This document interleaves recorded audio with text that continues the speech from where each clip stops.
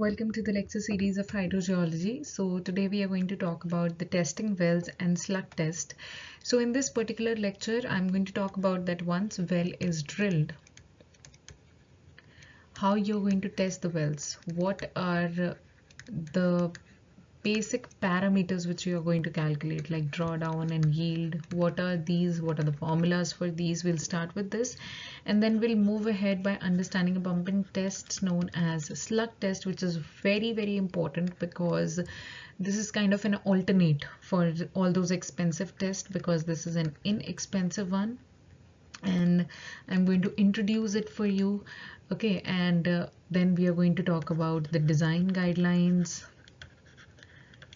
Okay, then we are going to discuss about the pneumatic slug test, the Butler slug test, and after that what we are going to do, we are going to have a little background of this slug test, that who developed, which scientists developed this, because on the basis of these there are certain methods for analyzing the slug test. So we'll discuss all of them in detail, but you also need to understand that when I'll be mentioning the methods, I'll be giving you the names of them.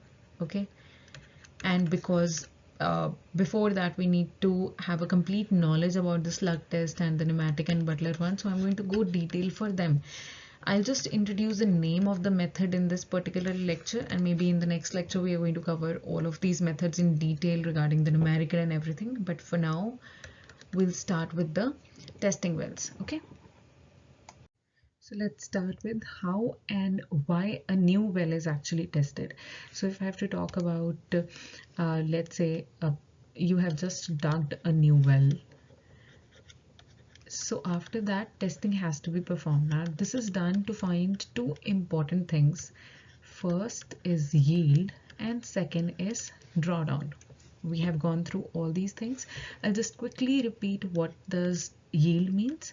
So this is the amount of water the well can produce, and this I'm talking about over a certain period of time. Okay, like let's say, therefore it will have the unit gallons per minute. All right, coming to drawdown, this is how much water level inside the well has dropped when you have started pumping. Okay, so if you're having this much information about yield and about drawdown, so this is enough to figure out that how much water you can get from the well, what kind of pump you need to install, okay, and how much will it cost, because these are important aspects. Correct, it will cost to operate. Now this test I'm talking about, the test is done in few simple steps. I'll walk you through them so that you understand that it's not directly coming to yield and coming to drawdown. You have to go through certain steps. So first of all, what you will do before pumping, before this process is going to begin, you are going to measure the natural water level in the well. Okay, and this is termed as static water level.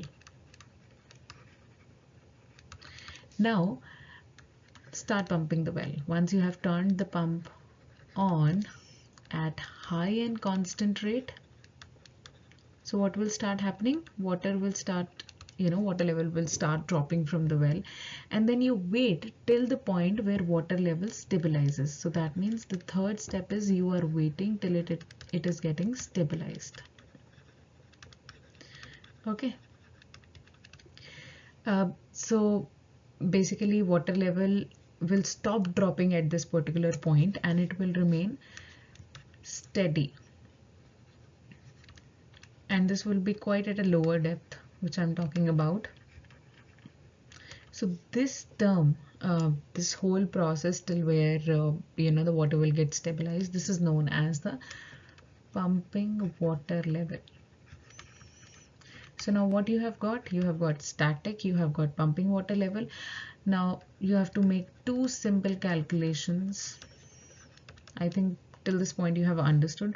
So drawdown is by taking the difference between the starting and the final one. So that means I can write the pumping water level depth minus static water level depth. That will be correct. And coming to specific capacity, that means we are talking about the well's efficiency.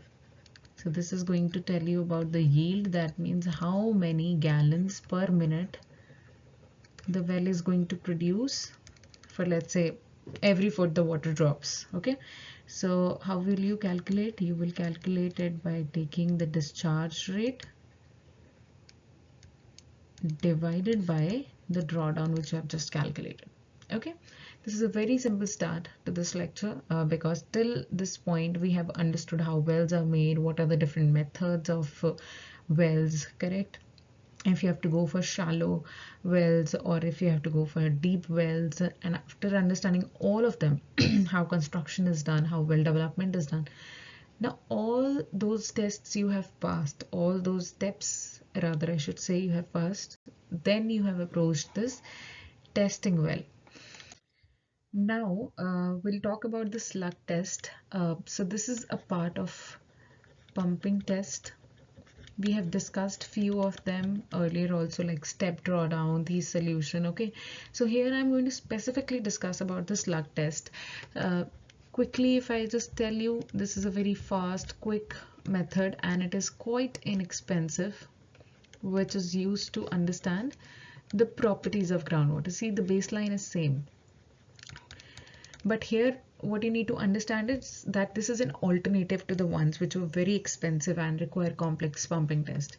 So if I just have to list down that why you need to use a slug test, or let's say somebody asks you what are the advantages of it. So first of all is cost and speed, as I told you. Okay, because this is much cheaper and this is much faster. So obviously extensive pumping is not required or well installation, so you can cut cost over there. Then these are very, very popular where you will get polluted groundwater.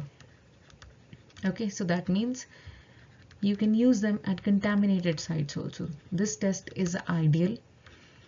Why? Because it is going to avoid pumping, out a large volume of water, of contaminated water, which at later stage needs to be treated as well.